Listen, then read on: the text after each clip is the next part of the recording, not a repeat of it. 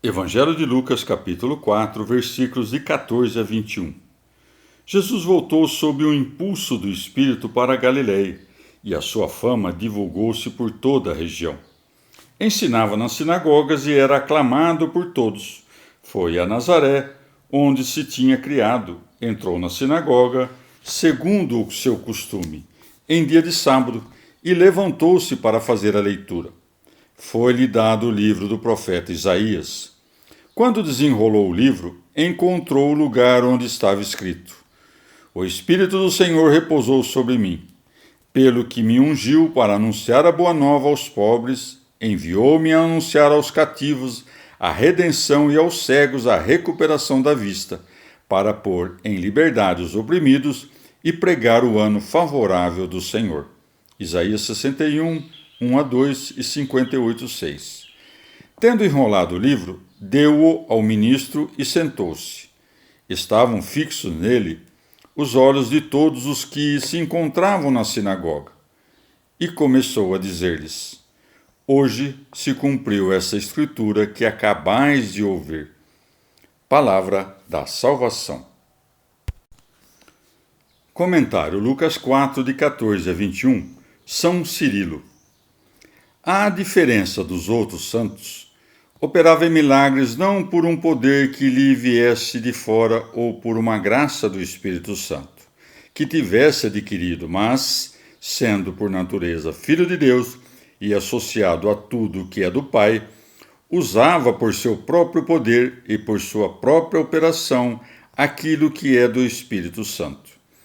Era conveniente que agora se tornasse conhecido e que o mistério da sua encarnação resplandecesse entre a descendência de Israel.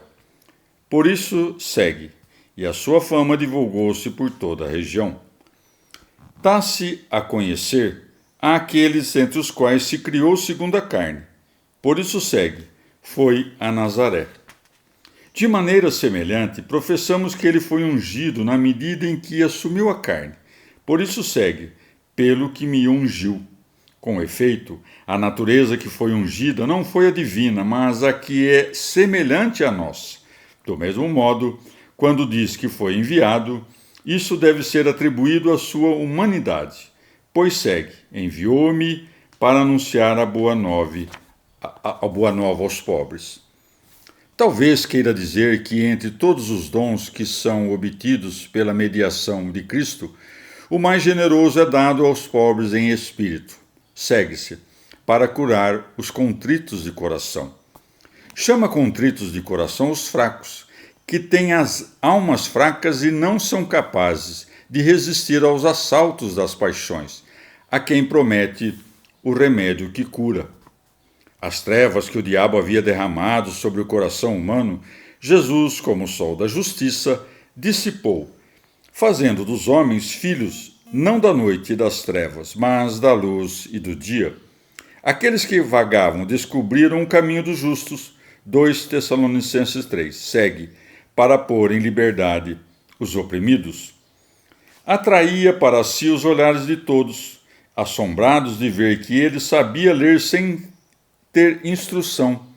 Mas como os judeus costumavam dizer que as profecias a respeito do Cristo se cumpriam em alguns de seus chefes ou em alguns dos santos profetas, o Senhor os anunciou essas coisas. Por isso segue.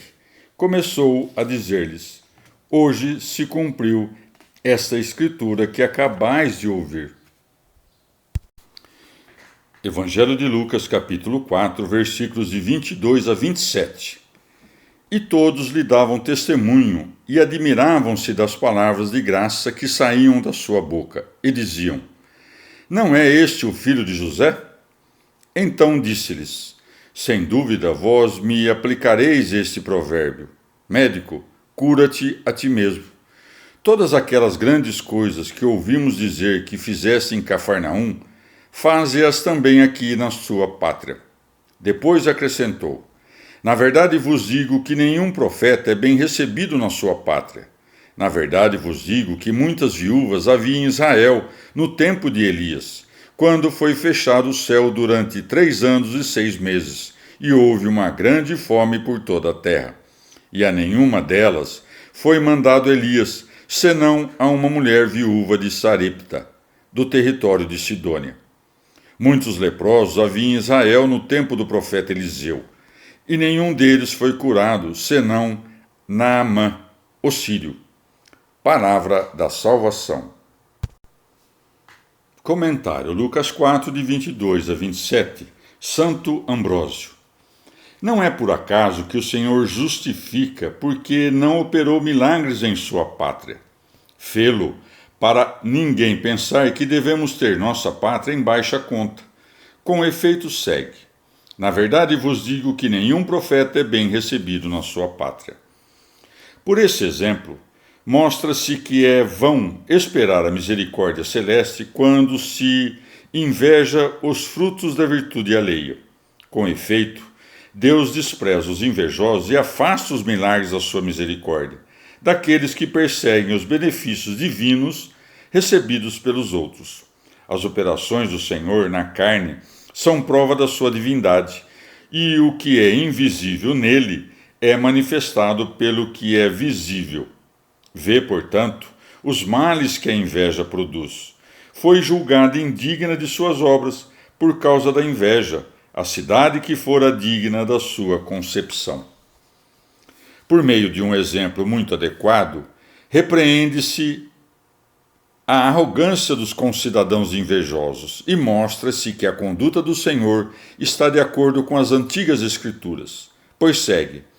Na verdade vos digo que muitas viúvas havia em Israel nos dias de Elias, não porque fossem de Elias, mas porque durante aqueles dias Elias operou. Diz nos dias de Elias em sentido místico, pois ele trazia o dia para os que viam nas suas obras a luz da graça espiritual. Assim, o céu era aberto para os que contemplavam os mistérios divinos, mas era fechado durante a fome, porque o conhecimento de Deus não produzia frutos. A viúva a qual Elias foi enviado é uma figura da igreja.